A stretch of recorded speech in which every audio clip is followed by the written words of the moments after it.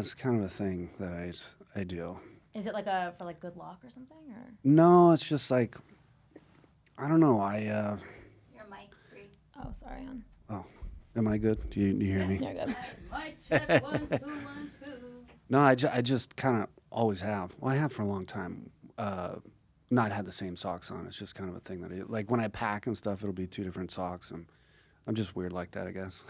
No, we love a quirky person. Thank you. I was actually, so we were talking about this last night, you and I, but you're my first real guest. You're taking my guest virginity. I know, and this is perfect too, because like you smell good, and you know the dress works out very, very well. I'll be very gentle, you know, and I'll do all the right stuff. And I was gonna say, I feel like this is like a little bit more, a little cleaner than like the usual like taking of the virginity. But yeah, well, I'm saying that now. We'll wait until the end of the episode and then we'll decide. Probably. I hope it lasts longer than 5 or 6 minutes. You look pretty good. You smell pretty good. We'll see what we can do. Thank you.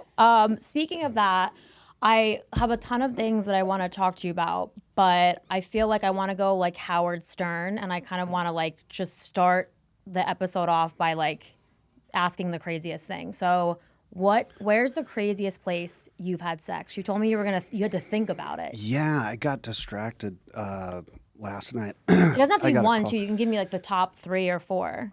Oh, I don't know. You know what it is? Like when I was younger, I had like really low self-confidence. You know, as a teenager, I was like, man, I'm gonna be a virgin forever. You know, these girls don't think I'm cute. They thought I was really cute in the 6th grade, but now I'm 95% body fat and a little chubby, and you know, nobody finds me attractive. And that's kind of like, you know, like I think I was like 14 or something like that, and then I grew into being able to like where it didn't really matter if I was in shape or not. I could just laugh these girls' clothes right off, and that worked really well for me.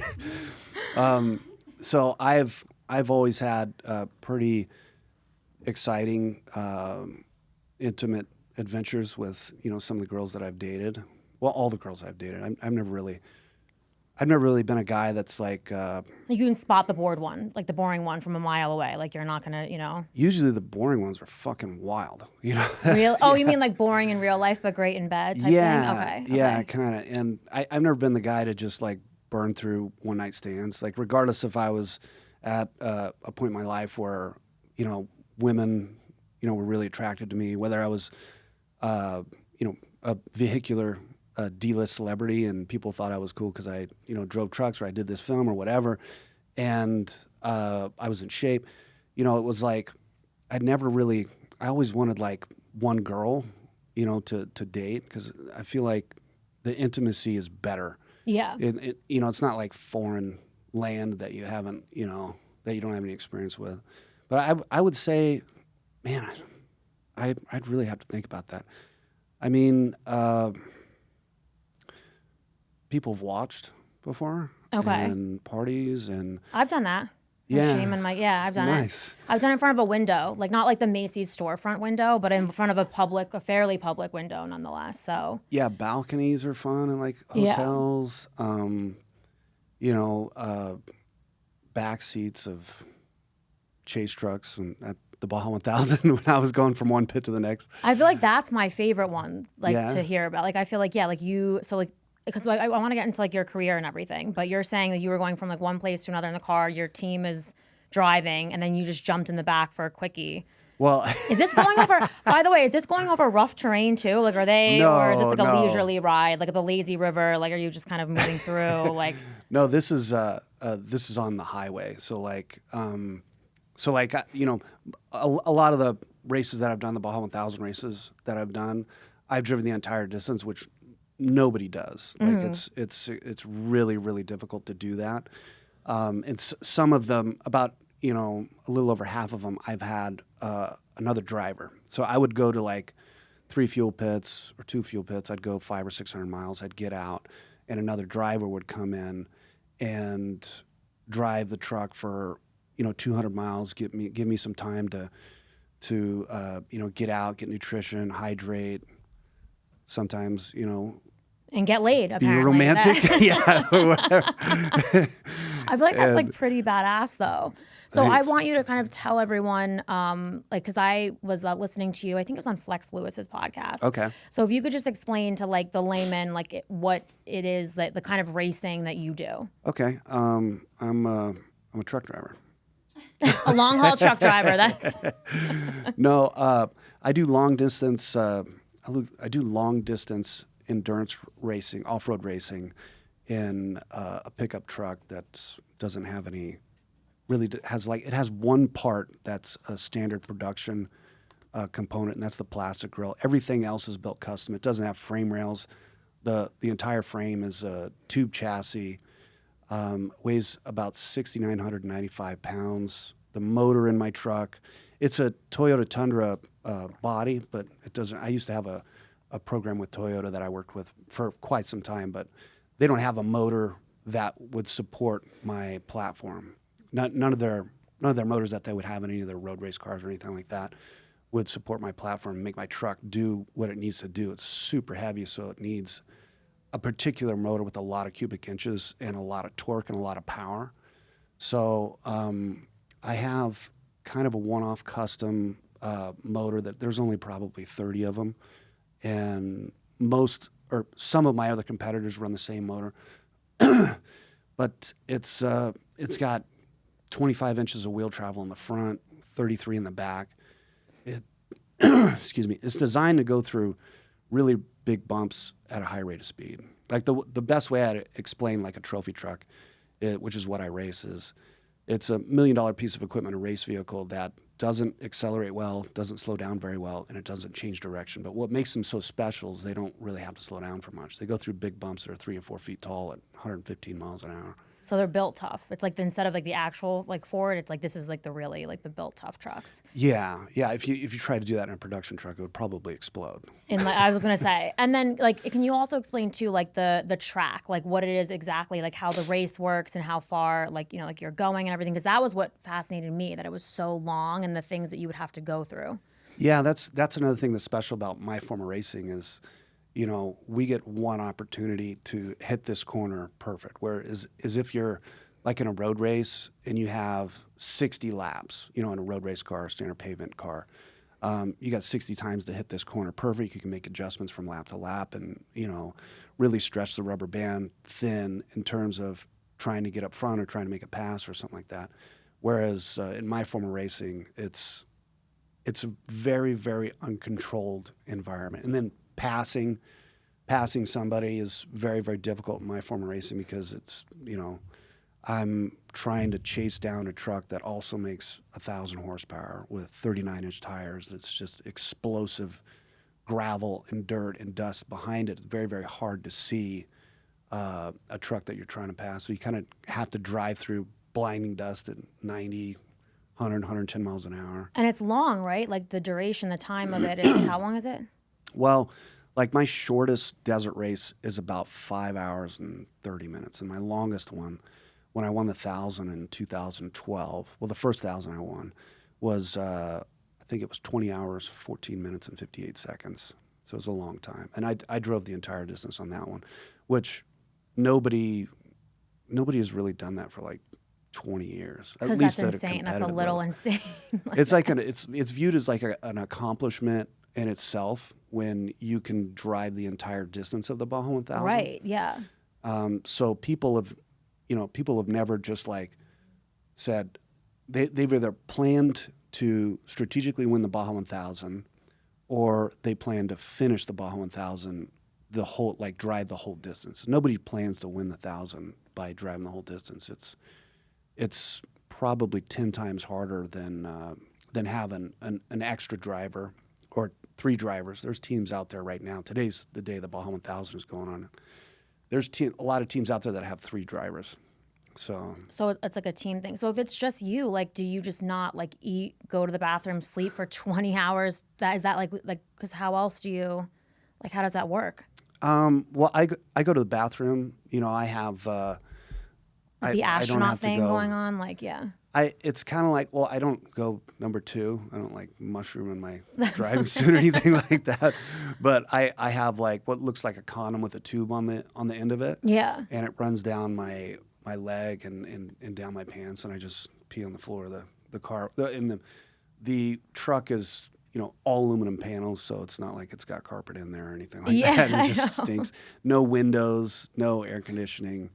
And, staying hydrated is very difficult. So I probably go to the bathroom in the truck in 20 hours. I'll probably go maybe 15 to 25 times, depending on how good, my body is receiving the hydration that I'm bringing in. Well, and that's part of your training, right? Is kind of teaching your body to go like long periods of time without, food, water, and then also I feel like the stress of having to be, because it's one thing to do that crazy race. Let's say like you do like you're in there for 20 minutes. You're at it for like hours and hours.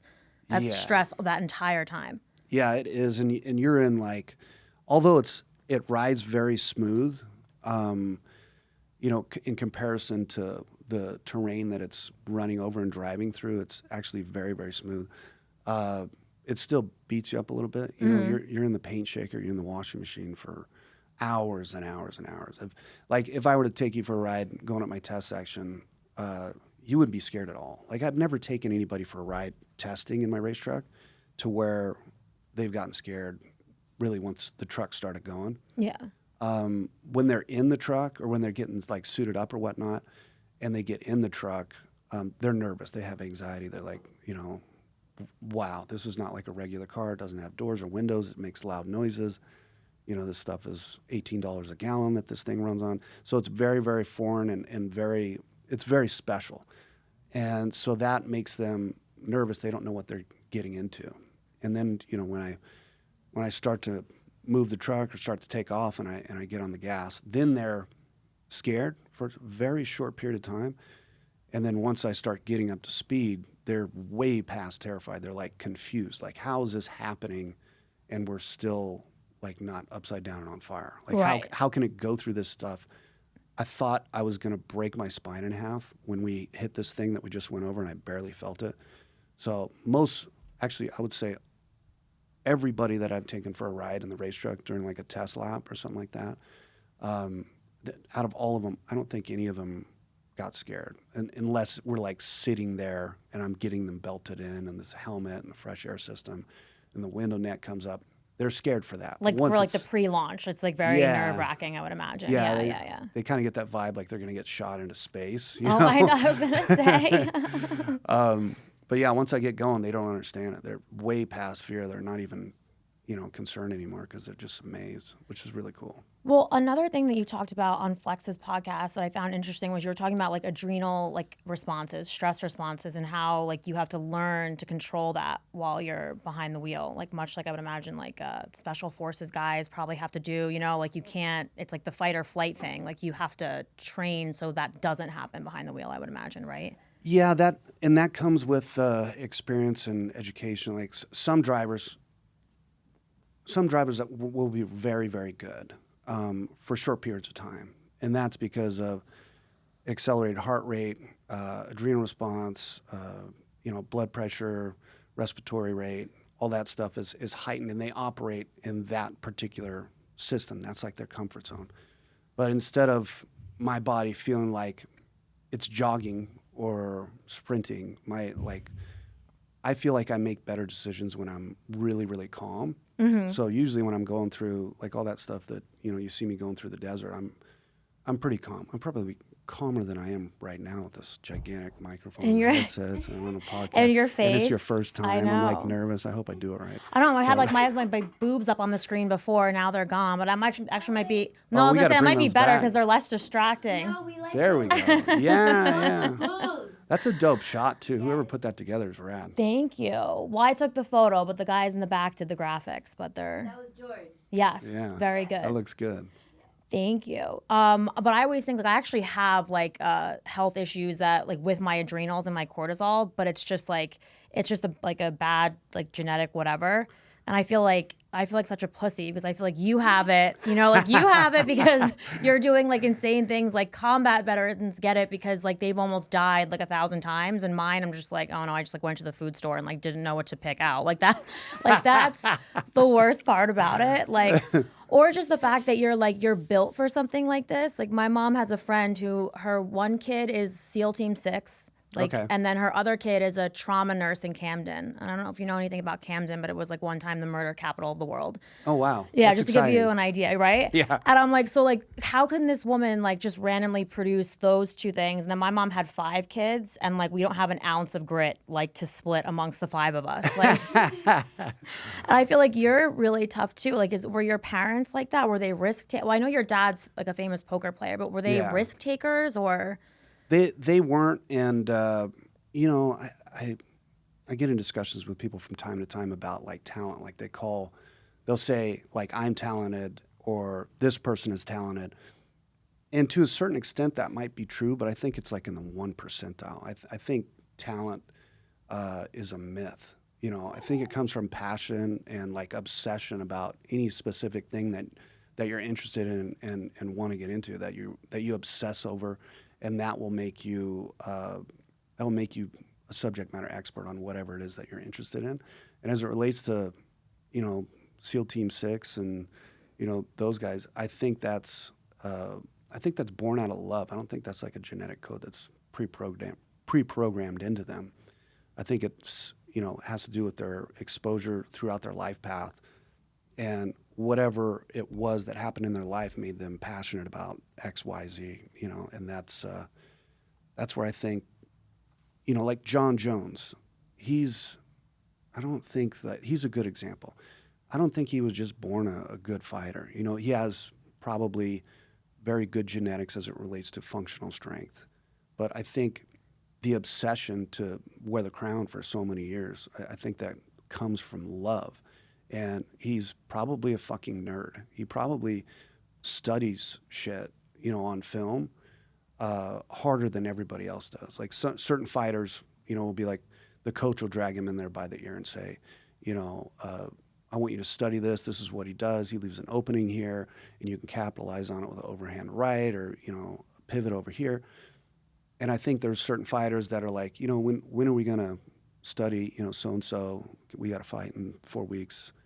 I think John, this is just my theory, and I've talked to him a few times. I haven't talked to him about this, but I think he's really, really passionate about having an overwhelming advantage as it relates to knowledge. And I think that, you know, people calling that talent is kind of disrespectful, if that makes sense. Because Like there's so disrespectful much to the work that he puts into it. Yeah, because there's so much work that goes into it, you know. Like it and almost he's like like the it goat. almost implies that they're not trying, right? Like they're just like God. It's just God-given talent, right? Is that what you're saying? Yeah. And there's, you know, they put a lot of blood, sweat, and tears into being the best because they're so much more passionate about it than the next guy. Right.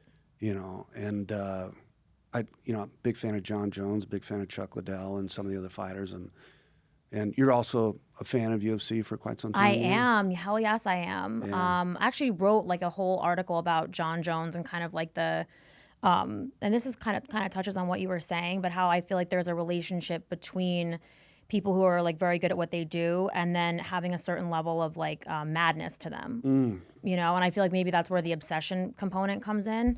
Is I feel like if you look at extremely, I don't want to use the T word now, talented. But I was like, if you look at people who are very like the best at what they do, let's say. You're free to use talent. I was gonna say, is that like a good. bad word now? No, but that's how the audience is gonna identify with that particular subject. Is, you know, they take it as like talent or whatever. Talent's built. Right. But I feel like the obsessive piece to me comes from like I hate to say like, oh, there's something wrong with you, but it's almost like you're not the average human, right? Like there's something in your brain that makes you be able to do that, and it has nothing. It's not about like not trying. I think it's just a mindset thing, you know? Yeah, and if you notice that like everybody that's like the GOAT in their particular world, like the best in their particular field, they're all, you know, something is not right. Right. Something's You know a little off kilter. Yeah, absolutely. And I have some holes in my life, you know, where I could probably be better at certain things, and I struggle with a lot of things that most people don't struggle with, but I can parallel park at 65 miles an hour, like no problem. Yeah, You know? which is pretty. I feel like so we should cut you some slack, honestly. You know, so yeah, like this is hard. yeah, exactly. You know? Whatever your other issues may be, it's like all right. One thing if you were like working for like H&R Block, it's like you don't really have Yeah. a built-in excuse, but you're like I'm leading a very stressful lifestyle. Like, Yeah. and speaking of MMA, that was something when I was listening to like all the work that goes into not only for you to prepare for a race, but your team and like the building of the truck and everything. Like it's very science based. Like it's not like you're just like throwing shit together and like, you know, like pimp my ride and hoping that it works. Yeah, You know, like it's you guys not like are that at all. Yeah, exactly. Like you guys are like I feel like people who don't know about the sport wouldn't understand like all the work that goes into it on that end in terms of like testing things out and like the physics that are involved. Yeah, and that's kind of the nature of my form of racing. Like, for instance, we were talking about Formula One earlier, and Formula One's in town in Vegas, and that's super rad. We've been trying to get that here for 30 years. I remember being like, you know, in 6th or 7th grade, and I was with my father in a meeting about bringing Indy or Formula One here to Las Vegas, and they finally got it here, which is cool. But as it relates to not understanding, you know, exactly what goes, the public not really understanding how fantastic my vehicle is or my competitors' vehicles are and everything and all the science that goes into it. It's kind of the nature of it because they look like pickup trucks. You know, like a Formula One car. You're like, that does not look like a fucking Acura. Right. You know, Exactly. that does not look like an Acura. That thing looks like it's designed to slip through the air really well. It's got a motor that winds out to 15,000 RPM or 16,000 RPM. It sounds crazy.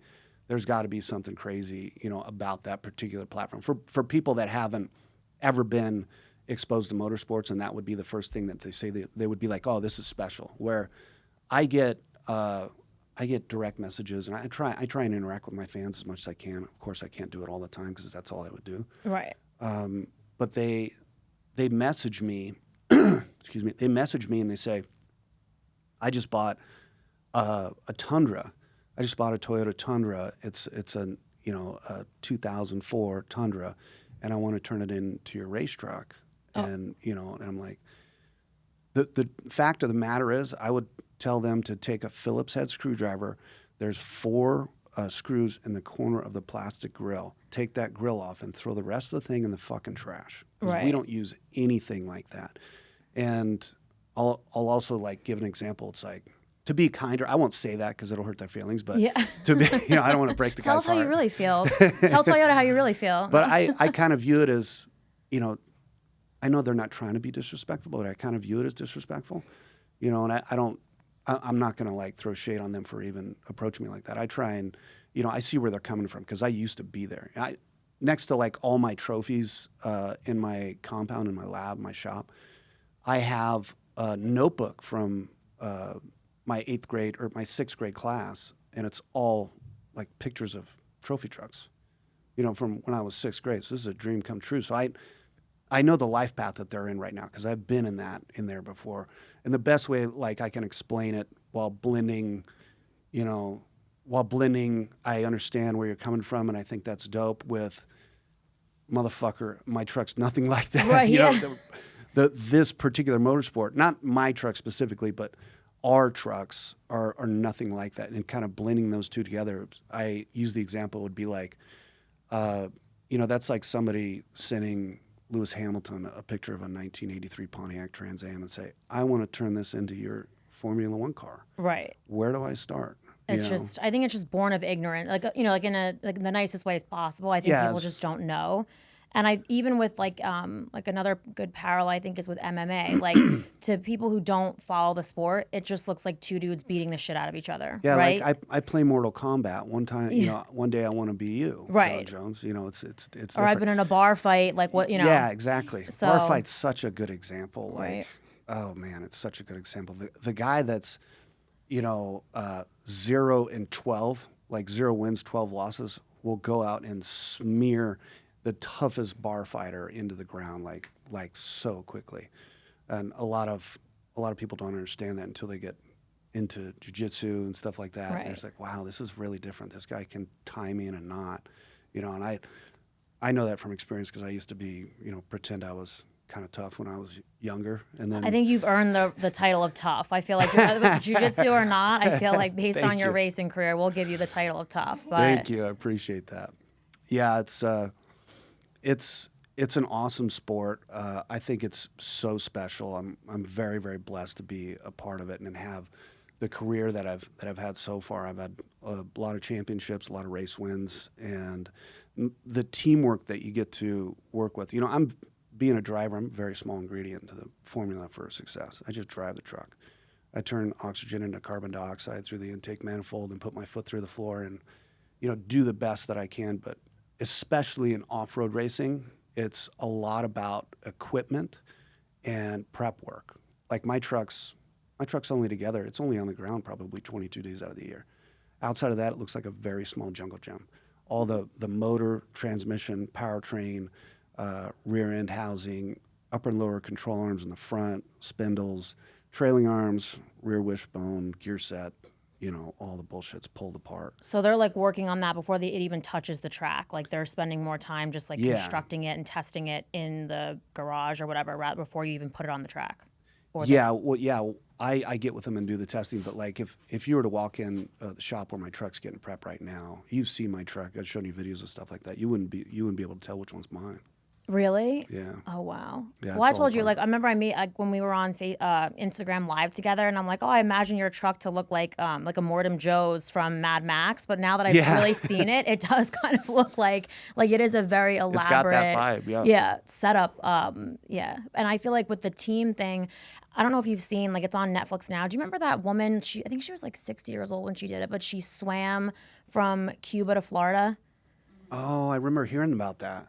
It was I think it was maybe like 10 years ago, but now they put a movie about it on Netflix. And I mean, the feat in and of itself is insane to think about. And like, it's kind of like what you do, where it's like, it's not just like the swim, it's like the exposure and the sharks and how are we going to feed this person Yeah. and how are they not going to, like they start getting delirious after, I think they said 24 hours, like they'll start to hallucinate while they're swimming.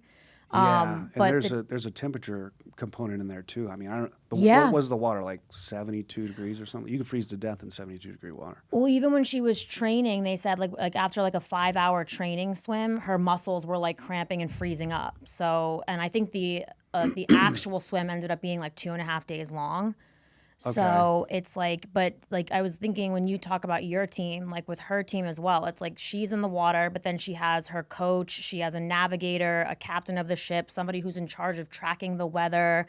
They had a jellyfish specialist on board because they can get stung by the man of war. And they go right to the bottom. Yeah, it's so bad. It's really, really bad. So they had to bring in like a specific jellyfish expert to make the entire trek with them, just to make to try to come up with different ideas to keep her from getting stung, especially at night when she's swimming. Yeah. So it really is, like she said, it's like a team sport, but it is a team sport. Like it's not like she's just in the 100%. water like winging it with the person in like the rowboat, And I feel like your sport, it's the same thing. Yeah, my team, in my opinion, my team is far more important than me. I mean, I've had, if you think about it in terms of motorsports, like take Formula One, what is going to be the elevation change throughout that particular race? It's going to be half a degree and a gain of maybe 8 to 10 inches over the course of like 700 yards or something like that. I'm doing an elevation change of 30 inches 8 times a second, when I'm going through big bumps. So it really beats the hell out of the car. They don't make components on the planet that are big enough and strong enough to absorb that kind of abuse for the amount of time. Like if I get pissed off and I throw a tantrum, I could break my truck in 5 minutes. Really? I could just boom.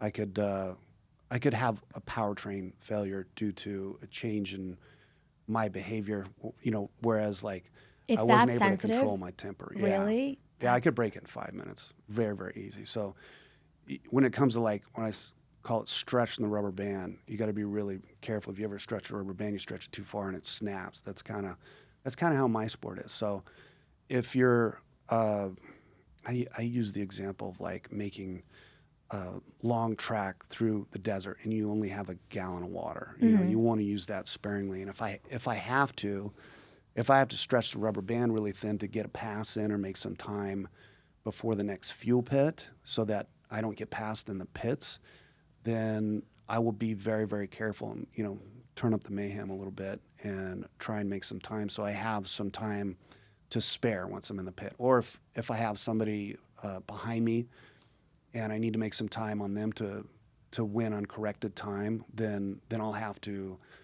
drive outside of my comfort zone, which is, I think I was talking about that. I did a live last night for all the competitors of the Baja 1000, but I specifically talked about how important that is at a very long distance race, something that's in excess of,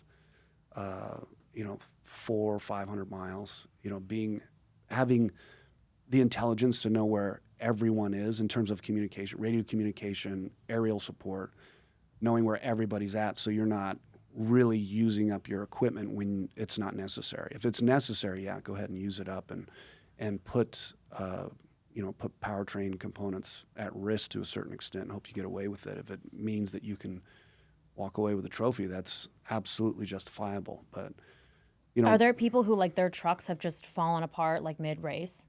Oh my God, yeah. There's, yeah. They're like, not mine, but hell yeah, there are people who came unprepared. I've been there too. That's why I say like I'm such a small component. It's one thing to be one of the top guys, and I'm very, very blessed that I have enough obsession in my heart and love in my heart to be obsessed with this sport, and I can develop skill through my obsession, my love for the sport. But that'll only get you so far. If you don't have anything underneath you that's going to stay together and you could use to your benefit for a desirable outcome. If you don't have a truck that will stay together, then you're never going to win. You got to finish with a truck that will go forward when you press on the gas in order for you to get a trophy. So teamwork and getting the truck together properly, preparing it properly, getting your pit strategies organized to where, at the 1,000, I'll have like 4 or 5 pits where I pull in to get, 90 to 100 gallons of fuel and 2 tires. I'll do that in about 28 seconds. And that's having everything strategized and having your team be very educated is really important. Without teamwork, there's no way that anybody will do well at all, And you've caught on fire before, haven't you? Several times. This is like a few times. A few times you've been on fire. Yeah, it's very uncomfortable, especially if it's already hot outside. Well, yeah, I would say that is nuts. I also have been on fire before. My vibrator caught fire mid-use. Really? So I wasn't really on fire. It's exciting. It was after it was exciting. During was not very exciting, but yeah. Wow. Not quite as traumatic as your experience. I don't know. That sounds more traumatic. That sounds a lot more traumatic. It was than mine. scary. Yeah, talk about like fight or flight. I was like, oh fuck, because then how do I explain it too, right? Like if the fire department comes and they're like, what was this? What do they call it? Like not the smoke point. What the hell is the ignition? The origin of the ignition or something. Yeah, like that. exactly. Yeah. And then I have to explain that. I'm like, that's not. Like, was it friction on the inside or the outside of the vibrator? Was it a battery failure? What happened? They just pick up like the charred like Hitachi, like the plastic, and they're like, was this it? Like I would be mortified. But so did the battery start smoking? No, it was I had like the old school one, and it was the one that's still plugged into the wall. Well, it's like so it was battery. It wasn't diesel powered or anything like that. No, it was not. There's no Hemi in it. No, it does have a motor though. It does have a motor. I swear to God, it has a motor. That's why it's so good. Yeah, it's Japanese made. Everything like Six Sigma. They make good stuff. They do make good stuff. A little too good apparently, because I guess I burnt out the motor or something in there, and it just started smoking. So. Yeah, it was very scary. I mean, did you finish before? No, and that's like not a good spot to be in too, because now I'm stressed, I'm pent up. You know what I mean? I was like, guys, you should send me a new one for free. But yeah, you open the door for the fire department, and you're like, about fucking time. Yeah, exactly. Exactly. You're looking at the fire department guys. Are like, I'll take that one. No. Do I have time to finish before we do like the arson investigation here? Yeah. But no. So that's. Did it cloud out your whole room? No, it wasn't like that smoky, but it did ruin my bedspread. It burned a hole in the bedspread.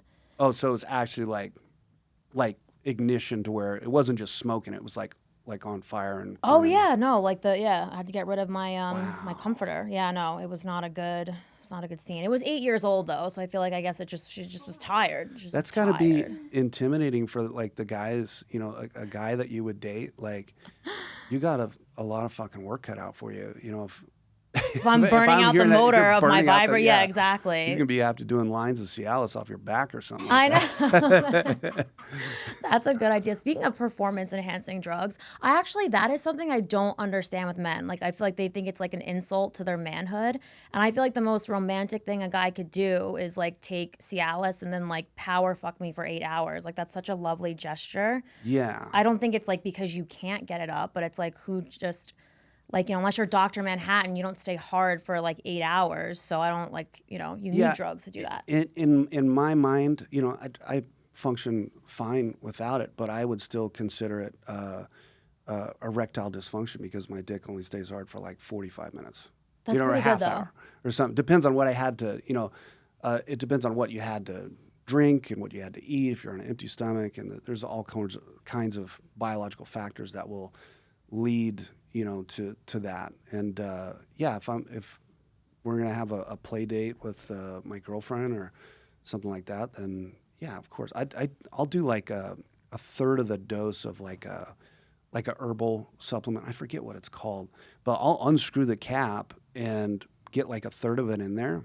Where you're supposed to take like one or two of these like herbal pills that help with that.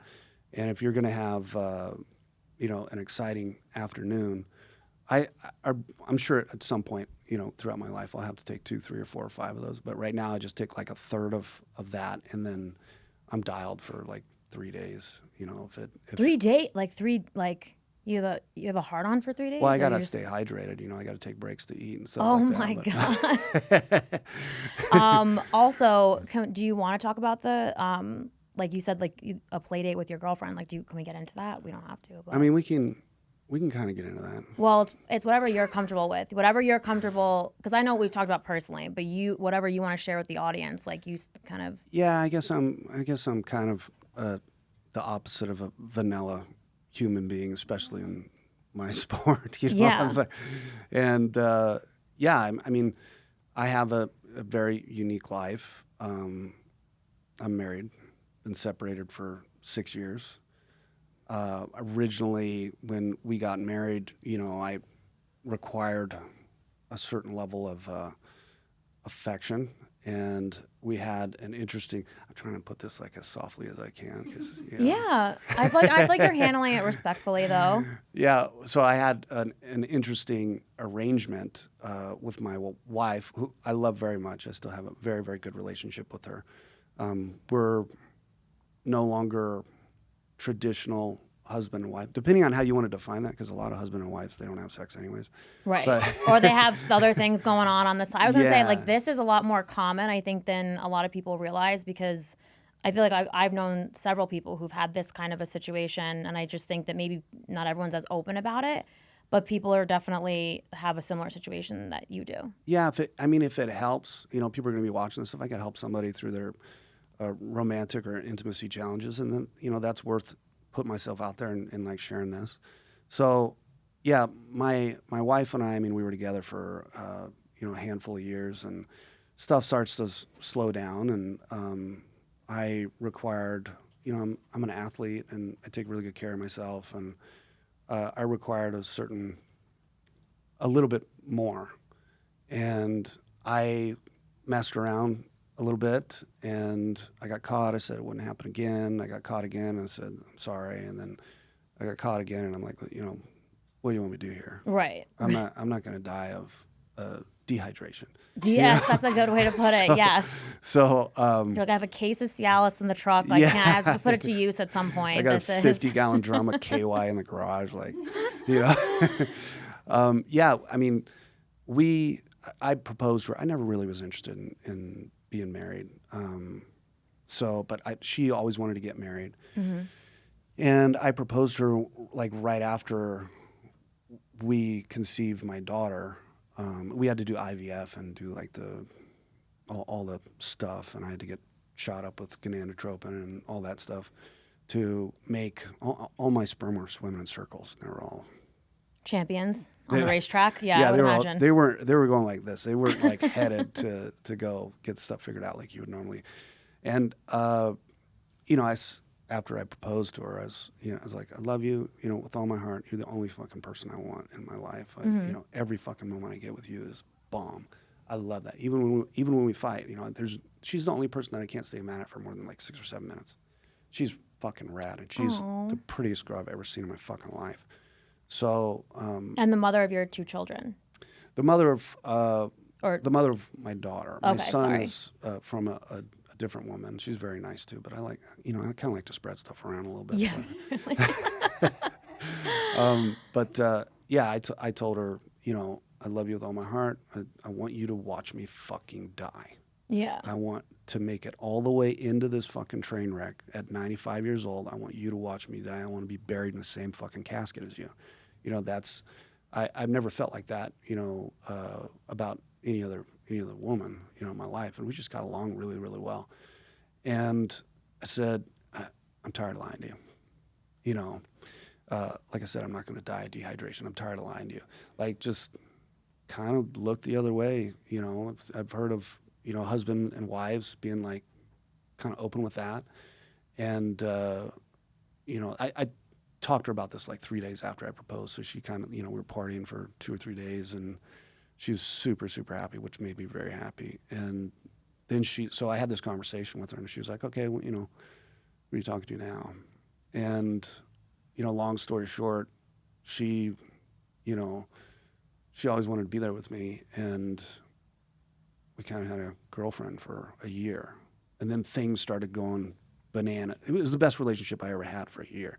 And then things Yeah, you're living every guy's dream at that point. Yeah. I mean, shit, yeah. Well, it wasn't like traditionally, what you would think it is. It's a lot more palatable than that. Like, it's very hard to explain it. It was like a team. Like, we were all dope. We were all having fun, like, all the time. We know how you feel about teams as well. You say you're nothing without your team. Yeah, so this nothing actually without makes a my lot of team. sense for you. They took good care of me. It's a team sport. Yeah. And so, her and I stopped getting along. I could have probably been sweeter with her. I could have changed, some of the, I would make adjustments if I can go back in the past. I'm a completely different person now than I was before, but it ended up working out, and she ended up moving out, and we ended up separated. And we were married and together for 2 years, and now we've been separated for like 5 years. And my girlfriend that I was with when I was with my wife, I ended up moving in with her, or moving her in with me, and it was, it was very complex. A lot of moving parts, and there's been a lot of moving parts for a long time. But at the end of the day, I just want to be the best partner, whether I'm a husband or a boyfriend or whatnot, that I can be. I want to make somebody happy, and want to make somebody smile. And at the time, I was not making my wife smile at all. Yeah, well, that happens. I feel like, Yeah. and then there's all kinds of things I think that put a strain on a relationship. Like IVF alone, I feel like puts people through the ringer, and that was just Yeah. one of the things that you guys had to go through together. She always wanted to have children. She wanted to have a daughter, and I was a little nervous about that. Maybe a little bit of self-confidence issues as relates to me being a father. The best thing that ever happened to me in my life was when I had my son. He completely changed me. The guy that was present before my son is fucking dead. And everything that I have accomplished after my son's birth, like we're talking about performance-enhancing components, you have a child, you want that motherfucker to be, 40 or 50 years old at your funeral and be like, my dad was a bad motherfucker. He did X, Y, Z. He's awesome, and he had a heart full of love, and he was passionate about it. Everything that he did, he led by example, and very proud of my father. So, that's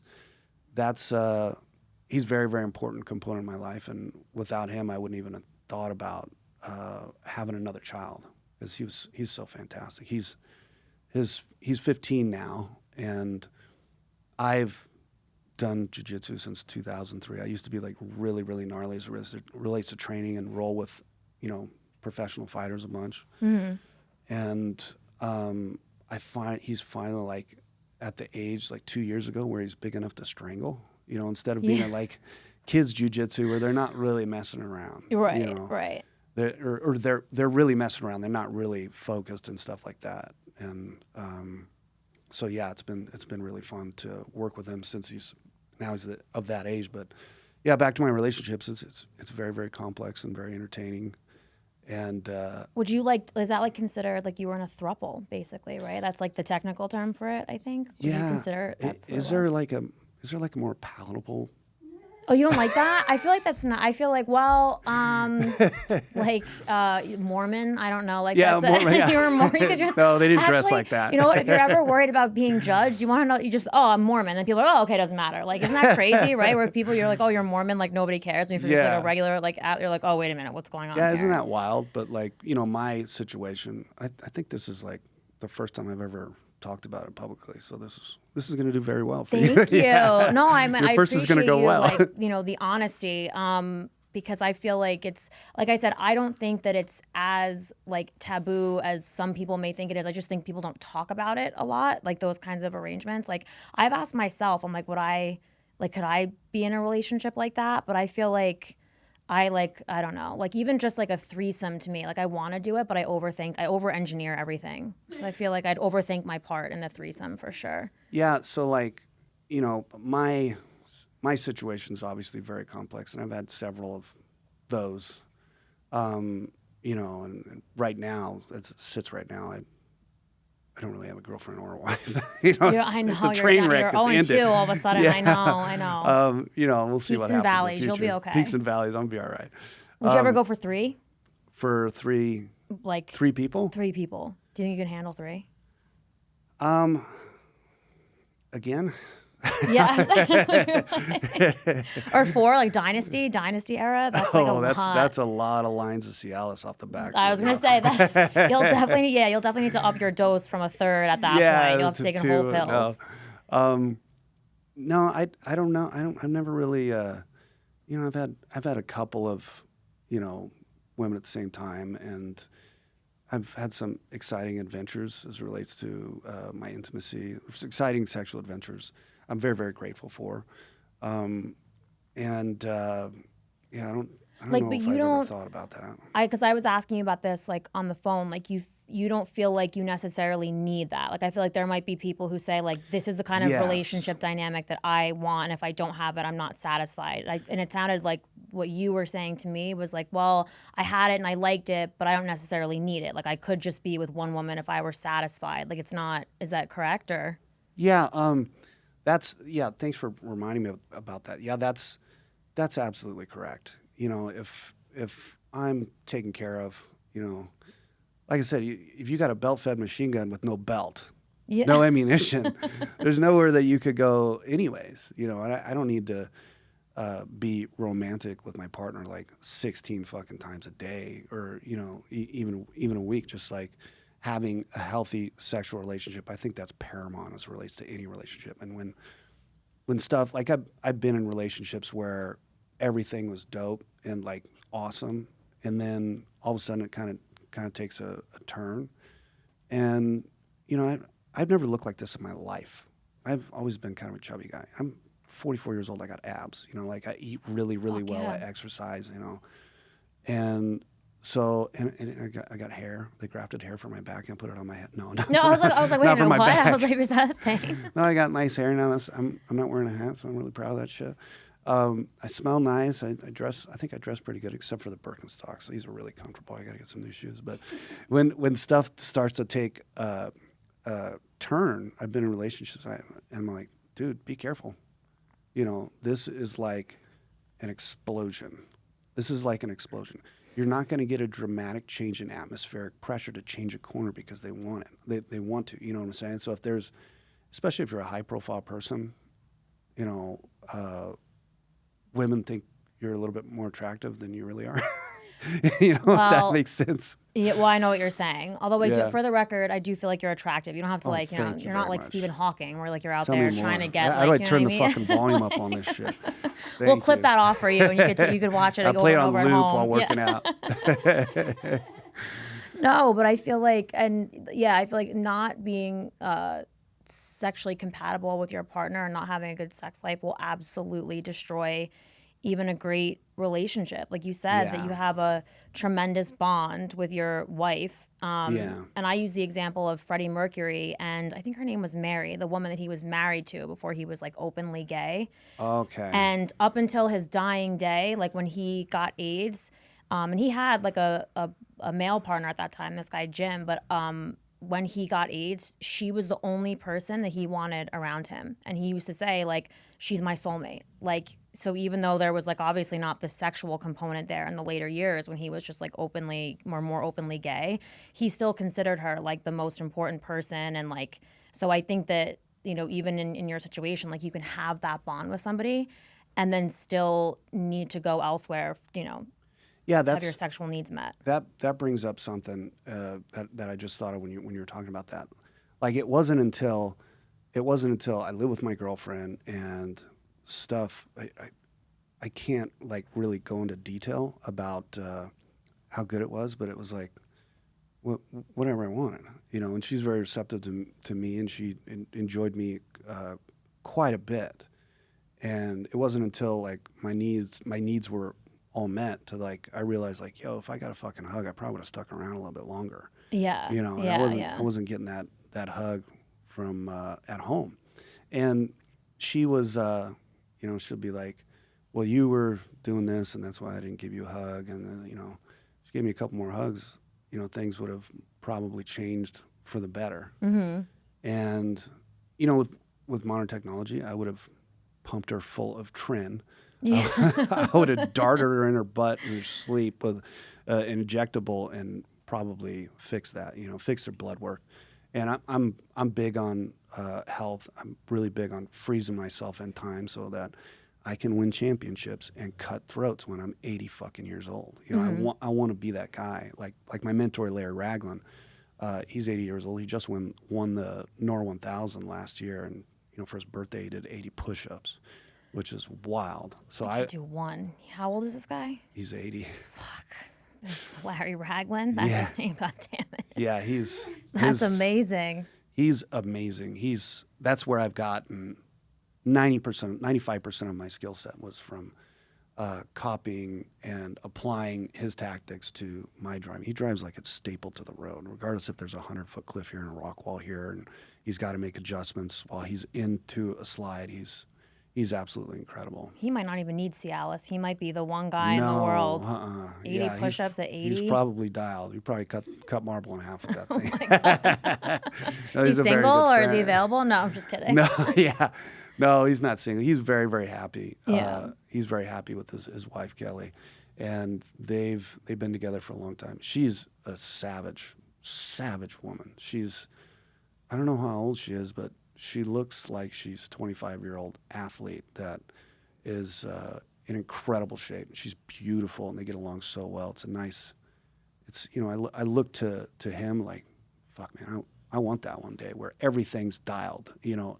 You get along with somebody really, really well, and then there's no problems, and you'll have your fights here and there, you know, but you know, it's to get that, you know, going together. I wish there was a blueprint to figure that out. You know what I'm saying? Yeah, of course. Because it's very, very difficult for most people to have that. And Larry has that. He's very, very smart, and Kelly takes really good care of him. They're awesome people. How long have they been together, you said? As long as I've known him. So I think 2003 was when I met Larry.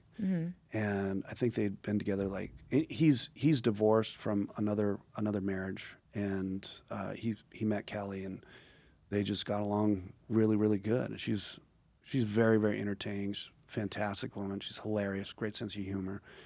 And so does he. Larry's very, very special. He's a very special person, because you would not, you know, he looks like an older gentleman that takes good care of himself. You would never think that he's a fucking murderer. Right. You know, he's so good, and he'll downplay his skill set, you know, quite a bit, but he's still got every bit of what it takes to win championships and win races. Is something like I want to get there one day and have that kind of success. So he's been a great mentor for me and been a great friend for a lot of years. I feel like I like so many of the like the toughest guys that I know personally are like the like you just said like the sweetest like they're like teddy bears, you know what I Yeah. mean? Like under like I don't even want to say like under the surface, but like when they're outside of doing whatever they do, and it kind of sounds like that's what Larry's like. Like Yeah, yeah. Well, he's not like a traditional like dangerous person like as a fighter. But when he gets behind the wheel, he's very dangerous. He could beat anybody. I think even to this day, he would be a top level guy in at the Baja 1000. I tried to get him to race with me at this year's Baja 1000 7 months ago when I had a program put together with Black Rifle Coffee. They're my title sponsor, title marketing partner for my program. In addition to First Form, Ultra Wheels, King Shocks, Rigid Lights, I have all these partners that support the program, and I was trying to put together a deal where I would race with Travis Pastrana. I don't know if you know Travis Pastrana. I do actually, yeah, I know Yeah. who that is. Yep. So he's always wanted to race a Baja 1000 in competitive fashion, and he's tried it before. I don't think he was with the best team. He needs to be. I think at the time he needed to be kind of psychologically massaged a little bit in terms of how to do X, Y, Z. He rolled it like 4 miles after he got in the truck. The truck burnt to the ground. He was safe, but it was kind of a catastrophic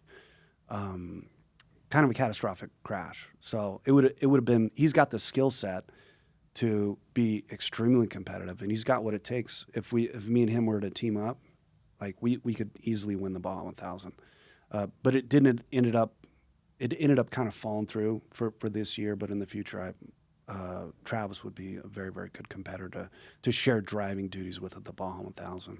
With you, or you would do it with him? Like you're Yeah, saying, I he would would bond? I would 100%. That would be awesome. I feel like for like especially like fans of the sport, I feel like it's like two of the absolute best together. That would be Thank you. great. Yeah, that would be really cool. It'd be really good for me because Travis is a lot more. I'm not ashamed to say it. He's a lot more high profile person than I am. He's done everything everywhere from freestyle motocross to I think he just did an offshore boat race like last year or something like that. And then he's driven monster trucks. He's driven rally, and he's had a lot of success in rally with with when Kim Block was racing, and they were going back and forth, and they were excellent driver. Travis is an excellent driver, and his primary focus is on vehicle control. Is when it's in a slide and you have to manipulate the direction of the vehicle, which is my greatest fear, actually. Like, your greatest fear. Yeah, like I've fishtailed in a snowstorm. That's very scary. Yeah. Really? The sliding, yeah, absolutely.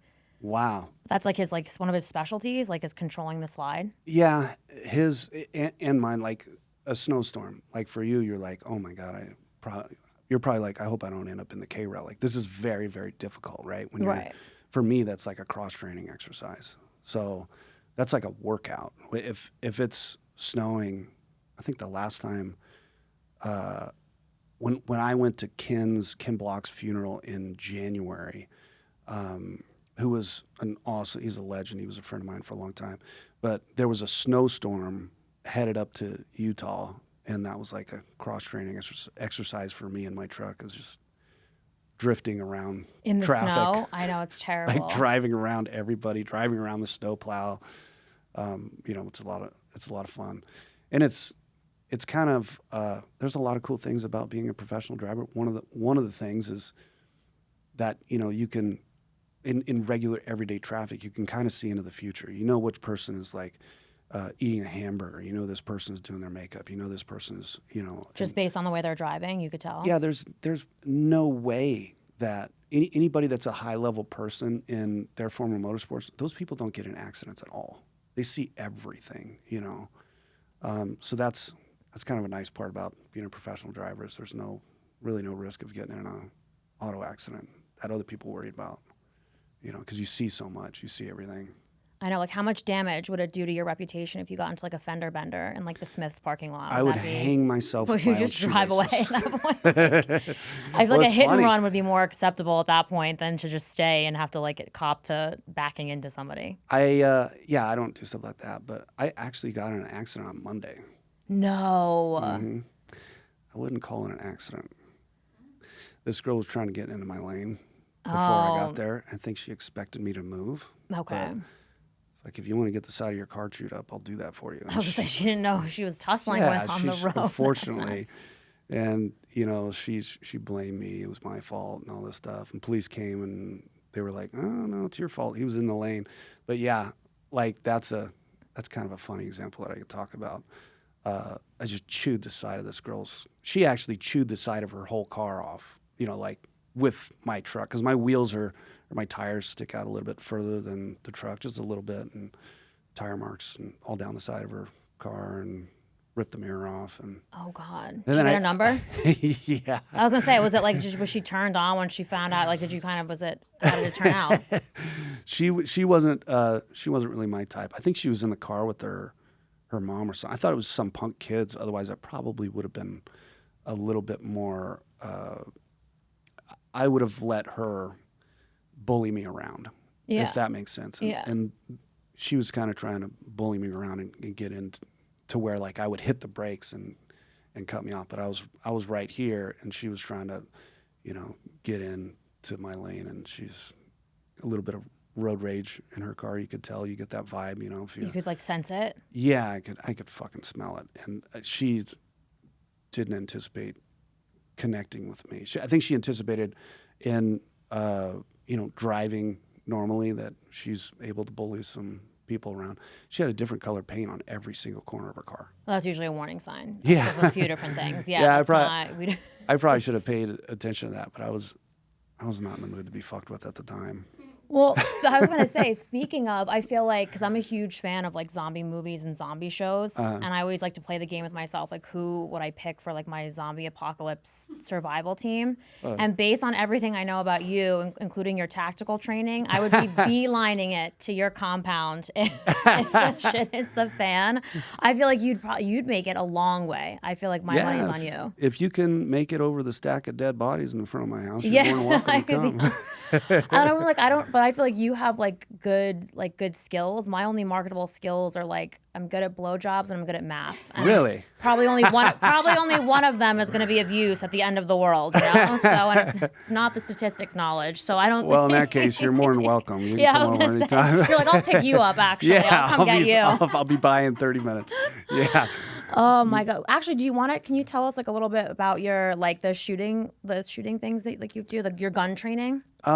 Yeah. I mean, I've since I was a kid, I've always enjoyed shooting with my father. He got me into shooting when I was 6 years old. I had like a little bolt action 22 caliber rifle, and then I started shooting a lot of handguns when I got a little bit older, like 10 and 12 years old. I competed. The only time I've ever competed in any kind of handgun or shooting competition, I was 12 years old, and there was like 20 people in my class, 17 and under, like 17 to 10, and I just barely made the age bracket. I beat all of them, and I made third overall out of like 280 former law enforcement and military guys. Wow. I was 12 years old. I was only 3.5 feet tall, That's nuts. and I was shooting with a revolver that looked like it came out of the bottom of Lake Mead. It was a real piece of crap. But I've always been, pretty good at accuracy, and I've had a concealed carry permit for, since I was 21, and I wasn't terribly religious about always carrying a gun, but I had an incident with my son. He was 1 year old, and it was a road rage incident with some people in the car screaming at me, said they were going to kill me. Apparently, like, a rock had flown up from my tire, and I wasn't like trying to thrash in the Right, dirt you weren't into trying traffic. to be, yeah. I was just driving, and a rock got picked up from the tread of my tire and broke their window, and they went bananas and said, pull over, we're going to kill you and all this stuff. And I'm like, looking in the rearview mirror, and I got my son with me. He's a year old. And I had, 10 miles left on my range. I had a supercharged F-150 at the time, and that thing eats gas. So I was like, man, I'm BJ Baldwin. I could just drive away if I had a little bit of fuel, but this thing's only going to run for like 40 seconds, before it rams all the fuel in an intake manifold, and just I have to pull over because it's out of gas. So I sprinted as much as I could with what was available in the tank to the place that I was going to eat lunch, and ran my son inside and came outside to deal with these guys. And they caught a glimpse of me running my son inside, and they were very apologetic as it relates to, you know, everything that they said and them being super wild. And we exchanged information for insurance because apparently his window was busted open. And in that event, I was like, well, I don't have gas. I can't run. I can't get out and fight these guys. Maybe I could access my force multiplier and deter these people. Like, you know, I'm not going to be with this. I got my son in the car. If you want to fight me, it's going to be a gunfight, you know, but I didn't have my handgun with me. It was in another car. So after that, I started to carry like all the time. Like I take my gun off for shower and sex, and that's pretty much it. You know, Wow. or airplanes. Oh. You know? But I started doing like a lot of combat handgun training, 1, 2, and 3 man room clearing, low light tactics, vehicle tactics, all that stuff. That was, you know, 15 years ago. So I've done a lot of those classes, and you know, I'm religious. I don't go to church. I don't subscribe to like Catholic priests plowing 5-year-old boys or anything like Yes. that. Well, yes. But I am very spiritual. I am very religious, and I don't require faith in God. I've fucking seen it. There's no way this XYZ can happen without somebody from above that has an incredible sense of humor. You know, Right. and it all ended up kind of part of my life plan, because 3 years ago I was at.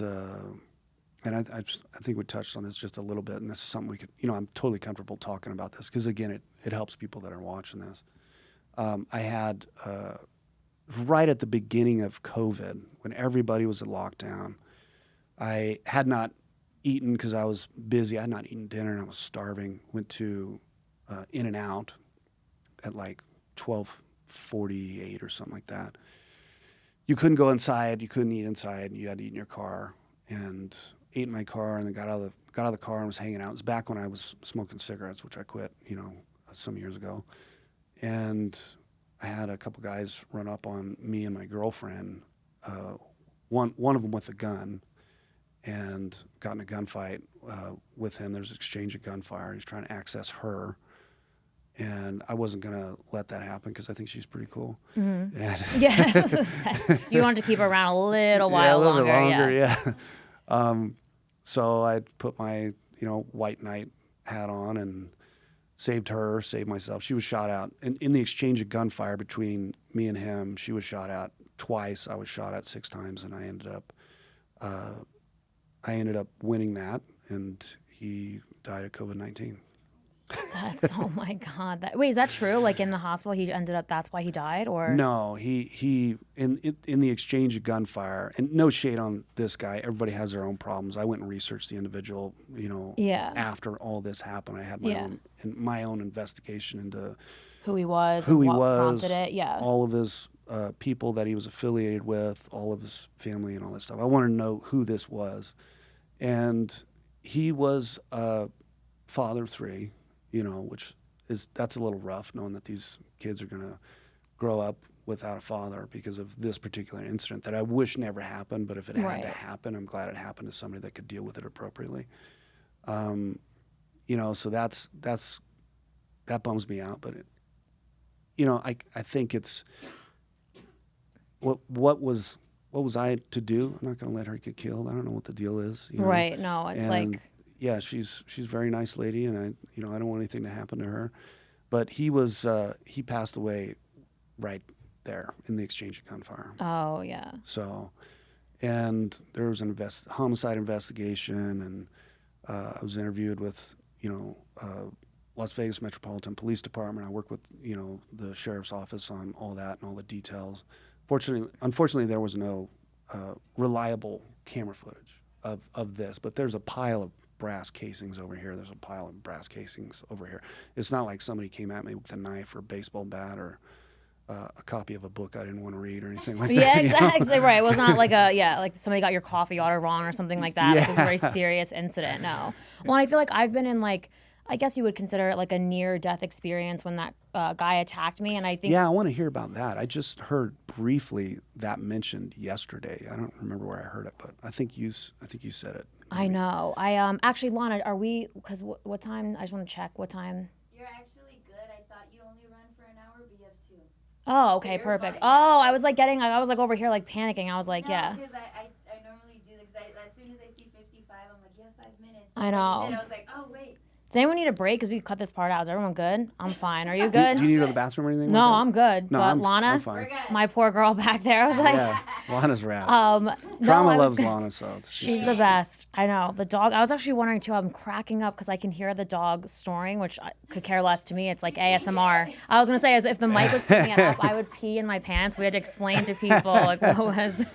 I was like, God, I was like, is it like a good sign that the dog's sleeping? Does he not think we're interesting enough right now? Like, what is. He's like, It's I've heard like these that. stories before. It was like done. that in Flex's podcast too. I know. You Yeah. went for like a while. These don't pick it up. Yeah, Flex's podcast I think was 3 hours. It was the longest one he ever had, which Yeah. is flattering. I mean, if there's honey in the conversation, then we can run it as long as you want. I don't care. You don't Oh, have yeah, to hop on a flight exactly. till 10. Well, I was like, that's why I was like, damn, I was like, has it been 2 hours? But like my perception of time is like not good in general. So I was like, it could be an hour, it could be 4 hours, it could be like, you know, We got a lot Friday. in common. But I know I was gonna say, like, I think when people don't realize when you're in like a life or death situation, that usually like there's something that comes over you, or at least it did for me, where I'm like, okay, it's either this person or it's either this person's life or my life right now. Like I have no idea what they're about to do, but like if it comes down to it, like I'm choosing me, and like you know, like am I ready to kind of do what I have to do to get out of this scenario? And I think when you're in the situation you were in, it's the same thing where you're not thinking, okay, does this guy have children? All you're thinking is, I think he's about to potentially kill me and or my girlfriend.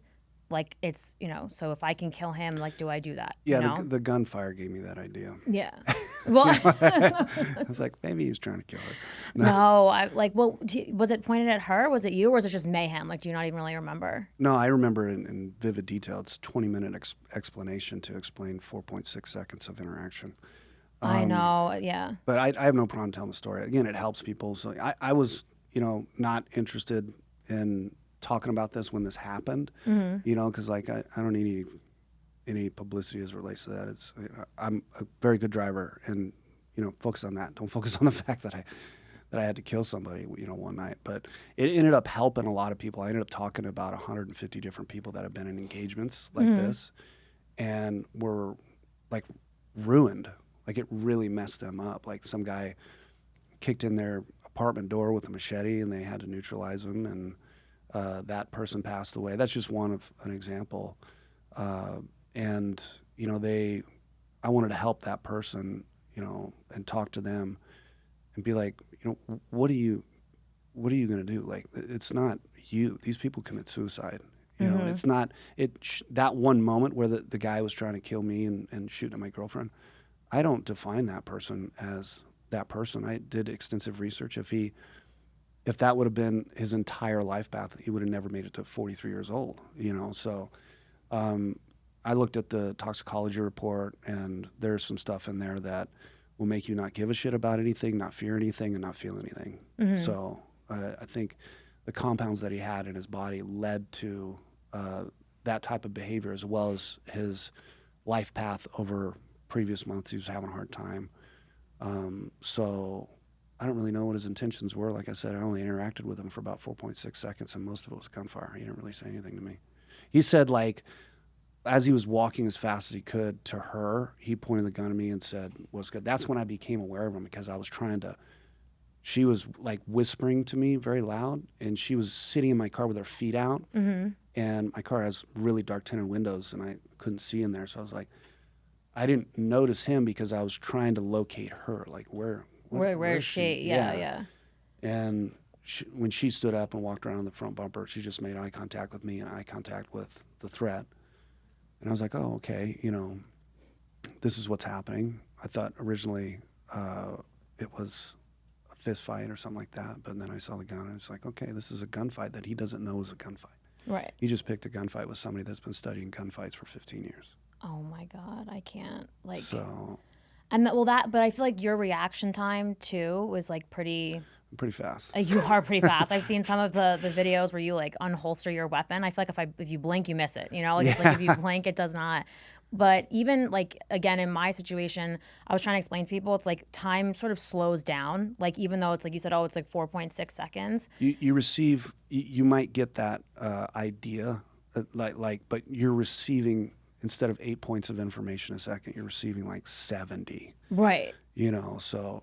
But if you haven't been through that, it's tough to explain to people Yeah. like how that, you know, what that feels like. Can you walk me through what happened? Yeah, absolutely. Are you okay? You're okay with that? Oh yeah, no, I'm fine. Okay, Yeah, dope. I've sustained enough trauma in my life that like the homeless guy attacking me is just like a Tuesday. It's not really like it's not something terrible, you know. Like that's when you've been traumatized enough, you're kind of like it's whatever, you know. You shake it off. It's whatever. I love the palm and everything. It's whatever. It's whatever. The nails and everything. Actually, I had these nails at the time too, and I was like prepared to gouge his eyes out if I had to. I was like, people joke these could be used as weapons. Oh God, yeah. I've had those in my face before. Yeah, when I was choking somebody's boyfriend unconscious one night.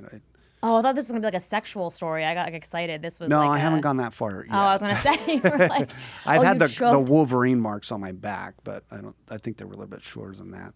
Not So in they your could be face. stronger. You No, not choked my somebody face. out.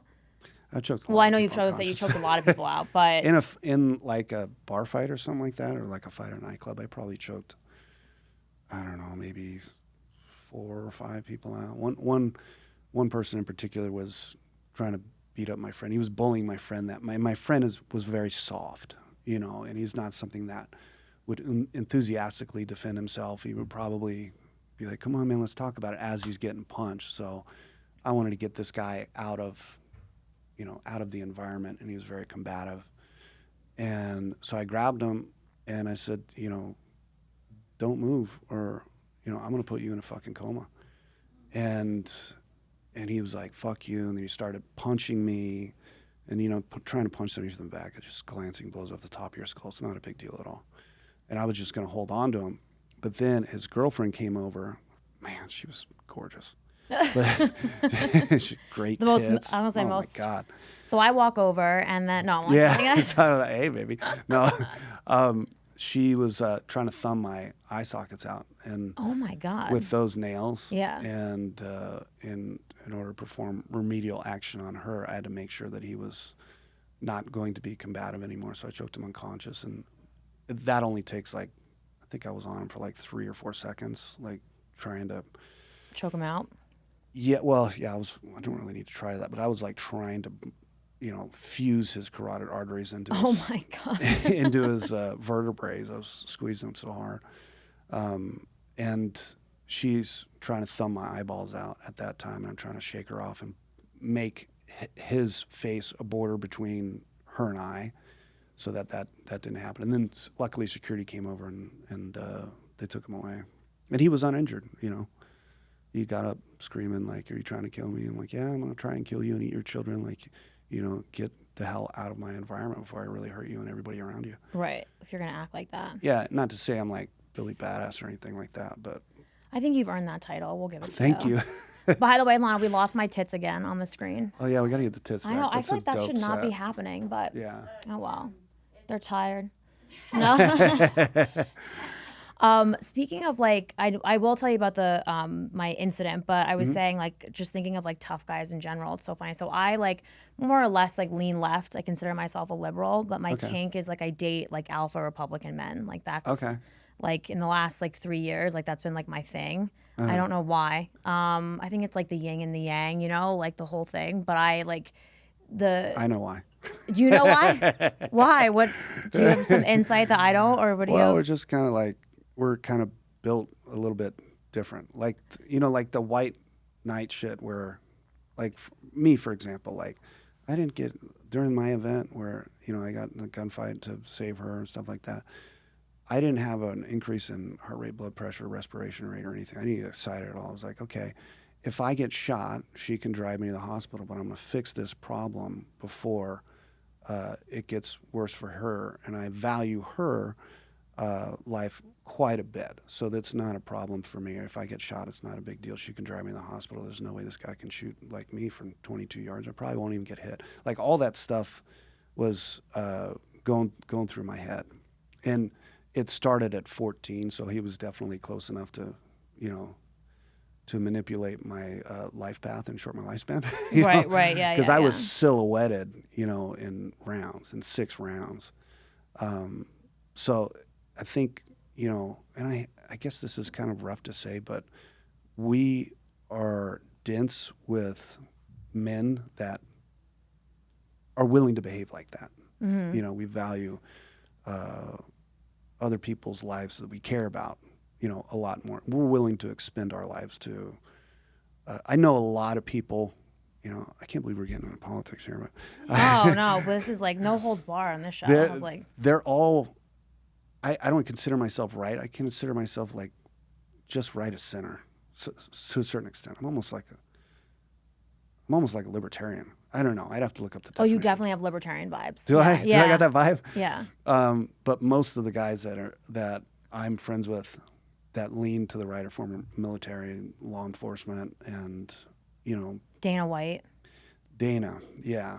He's like the official spokesperson for like the RNC. So Dana's the reason why I am who I am. I mean, I've got a very long relationship with Dana, and I used to be a completely different person before I knew Dana. And Dana, he's like your Mr. Miyagi, Dana. He's kind of Miyagi, but not quite as old, and Right, a better looking Mr. Miyagi. A little bit taller, yeah. I always felt like he looked like a hotter version of Mr. Clean. That's like Mr. Clean. When I met him, he had hair. Did he really? Oh Yeah. my god, that was a while ago. I feel like that's like when before UFC was like when they were still doing like the crazy there was like no weight classes. It was like a free for all. I feel like that was Yeah, it when was he had before hair. he was even, and it was 3 or 4 years before he was even involved in UFC. So I was like, I came to him to learn how to box. Oh, okay. So, and I had, when I was younger, I hung out with some guys that were always getting into trouble and getting in physical altercations and stuff like that. And I kind of wanted to be somebody that can take a little bit better care of themselves, because I was really soft when I was young. This is like a drastic overcompensation of who I used to be when I was a teenager. Isn't it always though? I feel like that's always our response. Like I'm nothing like who I was as a kid. So I think that's not too far off. Yeah, that's who I was, and Dana helped with that quite a bit. And I love that guy. I almost consider him like a brother. I've been very, very close with him for quite some time, and he's been awesome, and I'm very, very proud of him for everything he's done in his life. And he's another person that I really look up to. He's a great guy, so I'm very grateful to have had the relationship that I had with him early in life that changed, who I was. That eventually, if you lead to, in the timeline where I was as a person to, where I started to change, that ended up preserving the blood pressure and heart rate of my girlfriend later on in life, in 2020 during that confrontation, if that makes sense. Really? You think that that's how deep you think it runs with you? Oh, 100%. I look all the way back to Wow. that moment. I look That's all the way back to incredible, that moment. actually. Yeah, Dana's directly responsible for who I am today in terms of taking care of myself, taking care of people, and being willing to keep people safe. He's an awesome human being and highly respected.